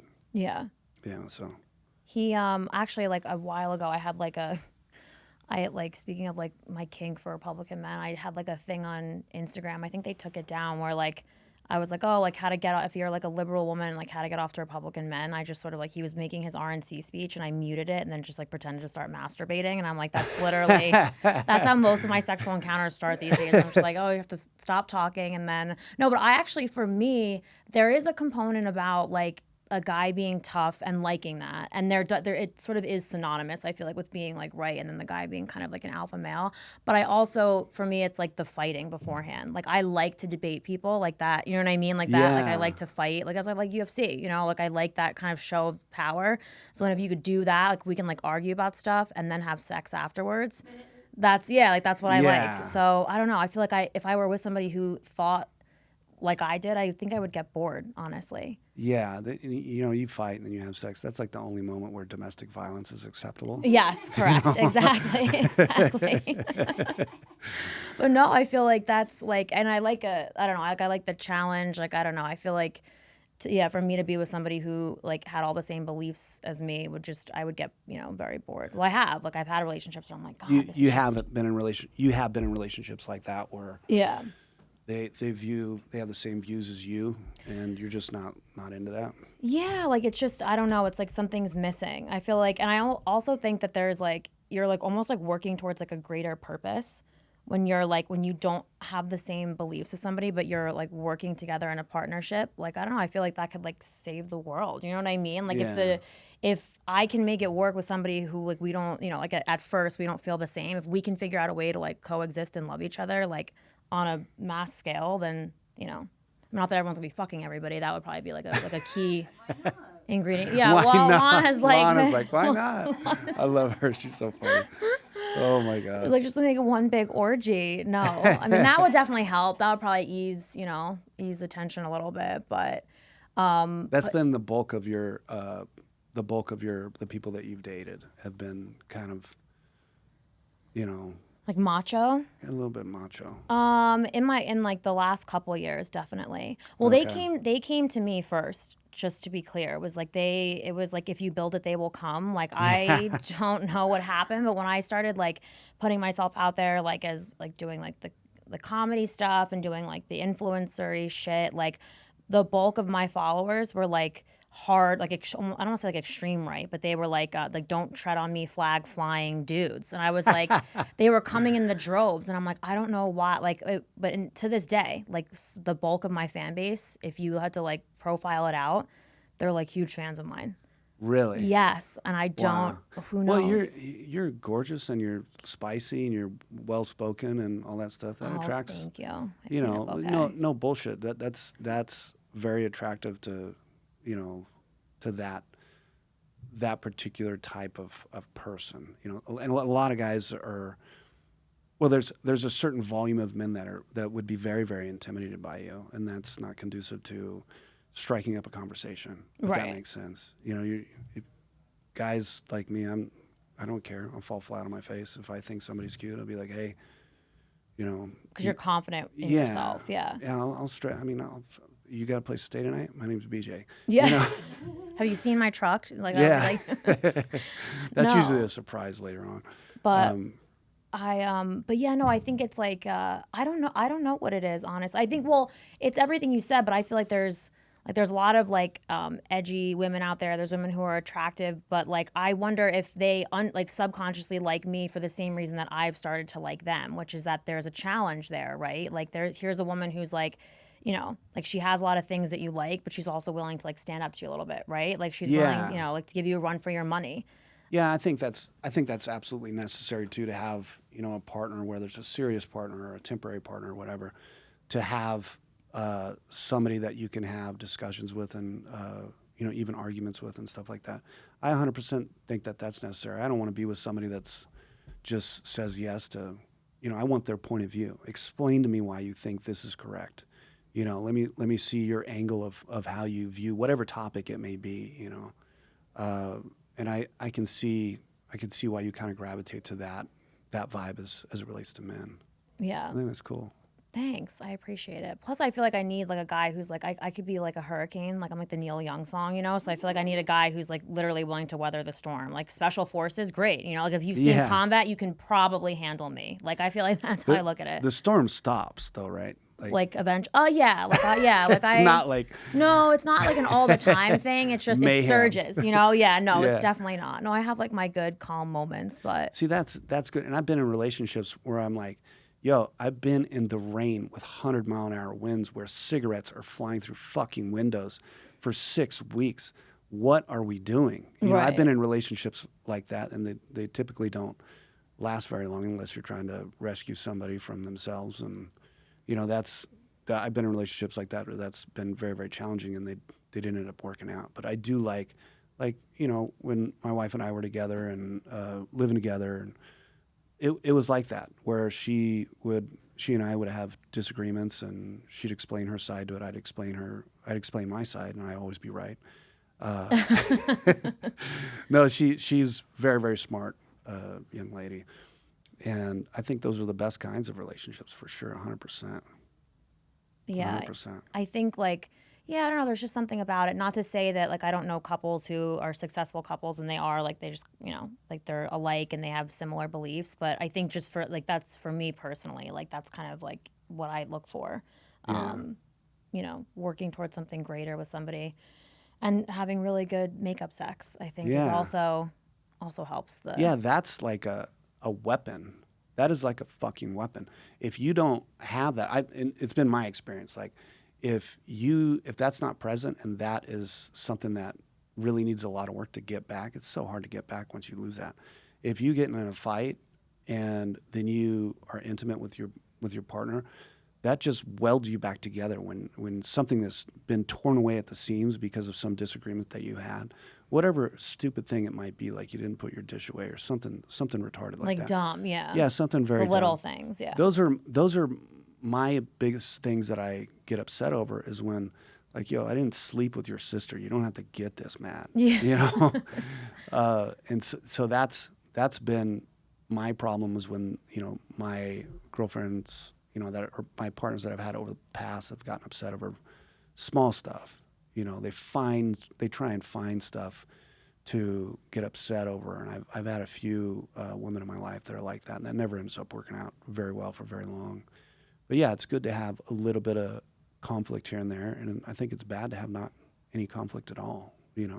Are you a jealous person? I'm ridiculously not jealous, like ridiculously not jealous. Yeah, I probably used to be. I used to be when I was younger.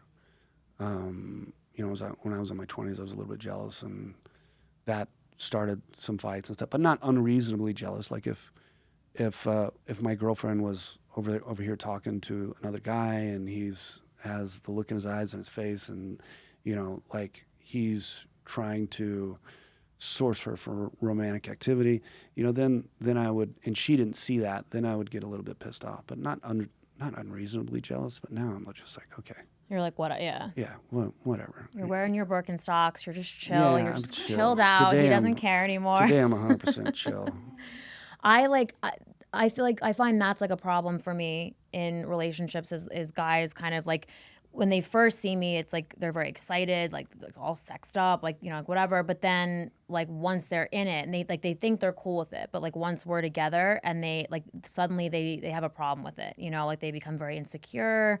Because of you talking to different people, like when you're out or something like that. I think it's like just everything about me, right? Like I have like this persona that's like very like, like wild and out. And I like very like, sexually driven and stuff like that. Like I have, like the online presence. And so again, I think that in the beginning they're like, oh my God, this is like so exciting. And then like once they get into it and they start to see like, like the male attention, like, cause at first it's sort of like, oh, like all these guys maybe want her and I got her, so they like it. But then as time goes on, they start to be like, well, fuck, like all these other guys like her. Like, is there something I need to be worried about? And so it's been an issue. I'm never really, I can't see, I mean, I guess I can kind of understand where that comes from, but like, to put it bluntly, like if you are a very, very desirable female and you're gorgeous and, everything's put together really well and you're lots of fun and stuff like that, and everybody wants to be intimate with you, to put it in a G-rated version,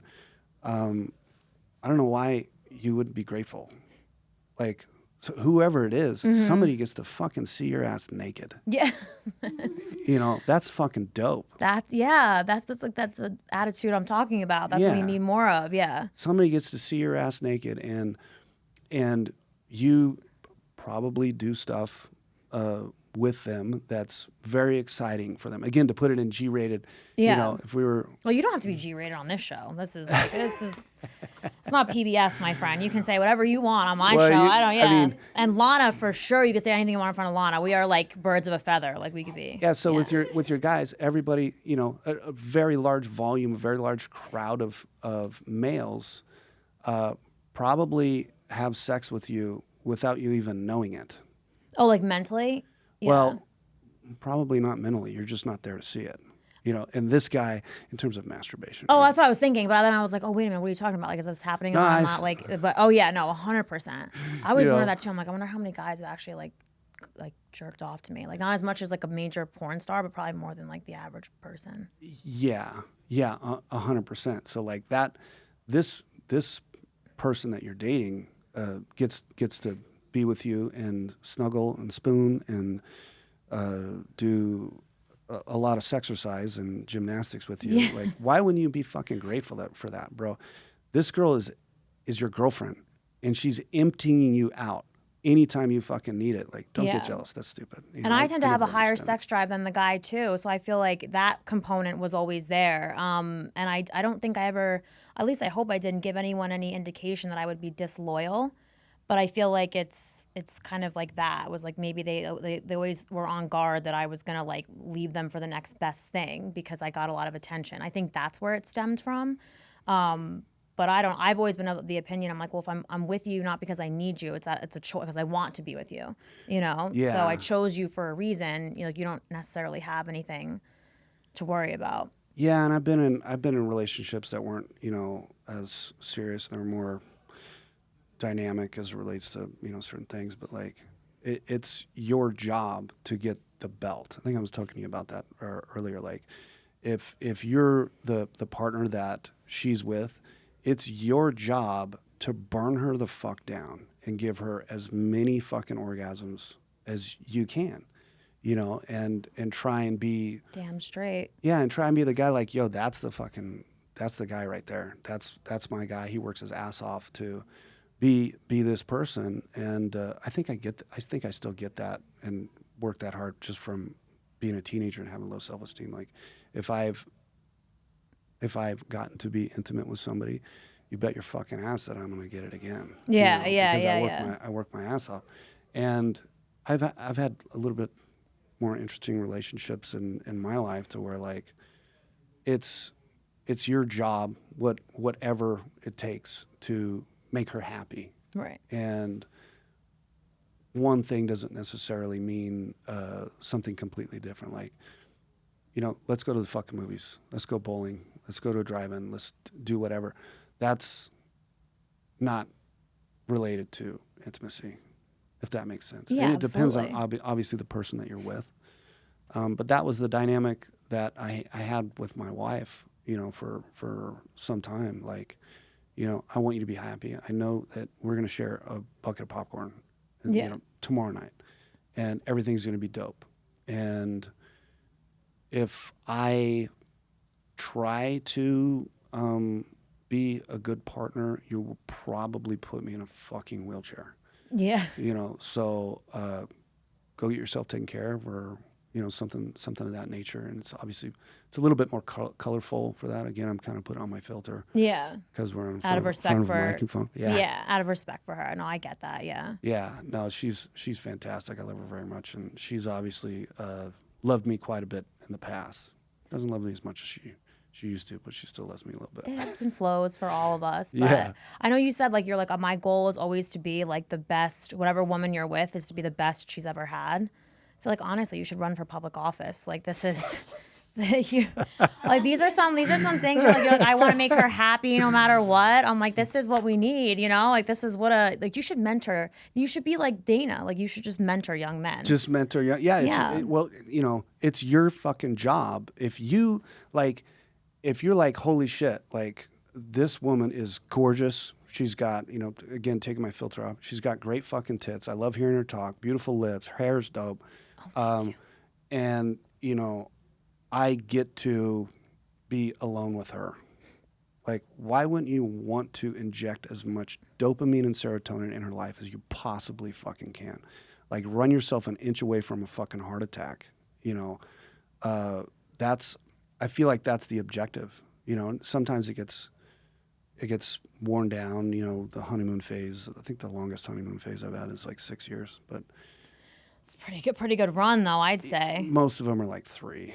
3 years? Yeah. Oh wow. Yeah, and like I said, I don't. Mine's like 3 minutes. After 3 minutes, I get the ick. Like I'm like after 3 minutes, I'm already seeing flaws. I'm like, no, again. You gotta learn to appreciate the flaws too, because you know nobody's perfect. No, 100%. No, and I feel like all of your ideas are really good. You should have like a finishing school. A finishing school For boys, for men. You couldn't be called we'll call it BJ's the finishing fisting school club. because that's too much. Yeah, exactly. I was gonna say. The fisting club. I was We'll thinking, call I'm it like, something. oh, we can't call it like BJ's. But I'm like, oh, actually, maybe we can. Yeah. Yeah. It's just- you're going full throttle. Yeah. Yeah. Yeah, exactly. No, I got that that would be nickname great. in I got that nickname in elementary school because I was sexually abused by every single one of my female teachers. No, are you being serious? That's where I got the name BJ. Are you They being serious all right used to now? want to suck on this thing. It was crazy. Stop. No, I'm just kidding. I was like, wait a minute. I'm like, I couldn't tell if you were being serious. And I was like, oh my God, we just took like a very highlight reel. tough turn right now. The highlight reel with this is going to be funny. Nobody's ever heard me talk like this. Oh so my I hope God. you're enjoying yourself. I was going to say, no, it's like Lana. Yeah, no, I feel like I knew that like, because I had watched a bunch of your other interviews and I was like, oh God, he has like no idea what he's walking into. When you were like, oh, we talk about racing, we talk about this. And I just was like, oh, that's like, and not that I obviously didn't want to talk about, what you've done because I find it, it's incredible. But I was like, I've got oh, more exciting stuff in here. Well, yeah. Because I'm kind of a psychopath. I don't think that. Well, no, I feel like it's your madness, right? Like we talked about at the beginning. Like I think that's what it is. And like obviously there's always scale there, right? Like you're not like like Patrick Bateman and like American Psycho where you're killing people on the side. Like your psycho much. things are like not that we know of anyway. Not that we know of. I keep that a secret. But yeah, no. But I feel like your eccentricities, if you will, are very acceptable. Like I don't think anything about you is like.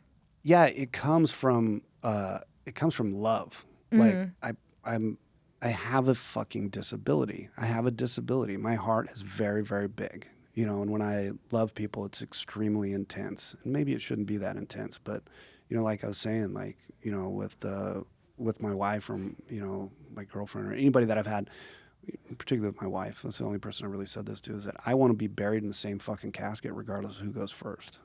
That's how much love I have for people. I feel very, very fortunate to have had the relationships I've had in the past. I'm a very, very lucky guy from somebody being a teenager thinking that he was going to die a virgin and nobody's ever going to love him. And, to have had the dynamic and exciting relationships that I've had in my past, I feel very, very lucky, regardless if anything works out or not. I've had a very exciting life path that I think is only a third the way through. I hope so. Yeah, no, I think it's the Eagles. It's like a line in the song where it's like some of it's magic, some of it's tragic, but I've had a good life all the way. I feel like that's you to a T, Like I like you've had that. like a lot of you've led an interesting life, but it sounds like more good than bad, Yeah, it's definitely. I mean, there's been some bad moments, but it's definitely been. It's been dope. I'm grateful for every fucking heartbeat, So every person that I've been around and like I said, I got a big heart and I've loved a lot of people and I'm grateful that they've loved me back. I was saying, you've left a lot of satisfied women in your wake. I hope they, Yes. You know what they should do? They should all come to your funeral and say something nice about you. They You know how the should. Irish people do that? Like everyone has to come up, take a shot, and say something nice about the person. It would be amazing if, hopefully, a long time from now, but when you expire, we could, your son, you should tell him to rally up as many of your old, paramours as possible and have them say something. They could have like a video reel of all of people saying that they had one-line reviews, Yeah, one-line reviews. There could be super cut. It could be quite the video reel of adult films, amateur film that we could put in there. I know. For my funeral, I'm fine with that getting leaked after I'm dead because that would be very. Oh, like any of your homemade tapes, you're happy if that leaks. Oh, me too. Yeah, like once I'm dead, I feel like remember me like as I lived. It's you've made a couple where my pussy's hairy, so I'm like. No, oh my God. Yeah. That's like my nobody cardinal likes hair in their rule. food. Like, yeah, exactly. That's like my cardinal rules. I'm like, it has to look good because God forbid. Like, whenever I take a nude, this is like hand to God. I'm like, if this were gonna be on the cover of the New York Times tomorrow, like, can I live with it? Yeah, you want to be sorted out. Yeah, like I'm like, I don't want to send something like half-assed because if it leaks, I'd be like, that would be my luck too. It would be like the worst one. I'd be like, great, like not the good one, like the shitty ones. But no, I feel like I know you have you said you've had some homemade. Yeah, and we talked about maybe not mentioning that on the podcast, but I don't care. Well, no. We've gotten so deep into so it's like whatever. I got, like I said, it's my job as a partner to make things very, very exciting, and that's one of the things exciting is watching a movie that you made while you're making another movie. You know? I think that's hot. No, I think that's totally hot. I went through like a really big phase where like homemade was like the only kind of porn I was like watching because I just I like that the best. Like at the time when I was like super into that, and everybody will deny that. You know, oh, I've never fucking. No, all men are into a certain type, and I think when I was younger, it was all homemade stuff. yeah. It's more real. Well, that's what it like. That's what I always liked about it. I was like, I feel like it's more real.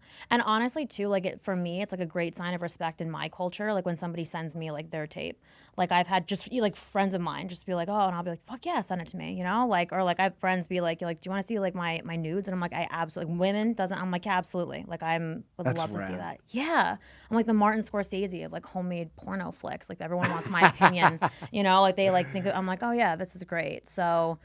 You But remember Asa Akira? of course, yeah. Yeah. So Do I remember? right, Yes, she was yeah. like the pinnacle of actresses at a certain point for I many think that's a years. big name, yeah. Yeah, I was like really into her, and she was actually really into my wife. Oh, well, that's like you're bringing it up now. We have like 2 minutes left. I know. You I'm saved sorry. the best for I last. saved the best for last. This God is the damn cream on it. the cake. Oh my God. I She know. was- That's she- like She followed her on Instagram, and I'm like, I had brought this to her attention, and I'm like, are you kidding me? Like, she was only following like 300 people, and my wife ended up being one of them. And I'm like, fucking reach out to her. She, like, Yeah. say what's up. We ended up having, I think we ended up having dinner with her one night. She's really cool. oh yeah, she is really cool. Yeah. I think she does stuff for Barstool. Lana, does that sound familiar to you? No, I don't know. I want to say she does. I could be wrong. Don't quote me on that. But I'm pretty sure it's her. And if so, she is very cool. Yeah, I never, after I met her and like we had like a 2 or 3 hour dinner, I met her and talked to her and got to know her and stuff like that. I never watched any of her shit again. Like I Really? never Like you watched felt like you couldn't do it at that point? Like you just felt like weird watching it? She was just a different Yeah. person. She was Yeah. a different person than that part of your brain had hoped for. She's human now. Yeah, exactly. Well, That's so true. It's true, I think. Not though. only does it like humanize her, which I that wouldn't really matter to me, but she's a very very special person in terms of like being really smart. She's very smart and super cool. Like she got along with Lisa really well, and they had a great time. They still talk, Oh, wow. to this day. But yeah, she was super interesting, very interesting girl. I was gonna say like so. I mean, you're probably not at liberty to say anyway. I was gonna ask if it like went any further, but it sounds like it didn't. It sounded like No, I don't think or I mean, you can plead the fifth. no, I don't. I don't mind discussing it. It never ended up going anywhere. Oh, okay. That's the vibe I was getting. Yeah, that would have been cool. Yeah, I know. Actually, it would have been cool before dinner. That's why right. Like after that, after you like Yeah. she was like desexualized in your mind, you're like, fuck. Now I gotta like, you Yeah. know. She's like when you like. I don't want to say like you respected her because I don't want to make it sound like you didn't respect her beforehand. But No, I did, but she was like, she was almost like a John Jones. She was really smart, and she told us her story about getting into that line of work, and it was really respectable and super cool because that's what she enjoyed, and it's the obsession, the pursuit of happiness, and if you can find something that really makes you happy, like she did, and no shade on her for picking her career path. right. She was king, for a long time, and very smart in everything she did. So it was really cool to hear that part of how she entered into that space and how she dominated that space for so long. I know, like in your eyes, she became like the Neil deGrasse Tyson of like porn. Yeah, Like kinda. super interesting and kind. Very and- interesting. Right. She was really So, sweet. That's like a great story, though. I think we have to wrap up because there Yeah, are people 100%. clamoring to get into this room. But is there anything that you want to like promote or say before we finish? Anything you got going on?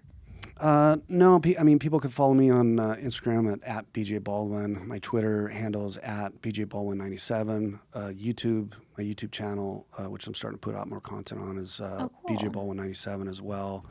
And my website is the same. And hopefully, maybe one day I might be in here doing podcasts and having you in here. So we'll Hell see. yeah, we would love that. No, we will tag you and everything so everyone knows where to find you. And actually, like, my final note is I think it would be great for your YouTube channel as well as mine if we did one of two things. Either you take me for a ride in your truck. I don't think there's going to be a sports bra that will keep these tampered down, but that'll be great content for your channel. Or I want to go hunting with you. Okay. So, which again, that'll just be high comedy because Like- I can't hunt. I can't even kill a bug. So Pussy that'll or be- deer? We could do both. We could start with the deer, and then we can work our way. You know what I mean? It could be, we can make a day of it, as they say. Yeah, We'll make a day of it. Yeah. So, but thank you That's so awesome. much for coming on my show, for popping my guest cherry. It means the world to me. I hope you're not sore later. This was very exciting. A 2-hour session. Lana's done. I think that's it. Sore lady. I know. No, thank you for having me on. It was a pleasure. Likewise. All right. I think that's a wrap. We're good. Thank you. Bye. Are we done? Oh, that was great. Thank you so much. That was good.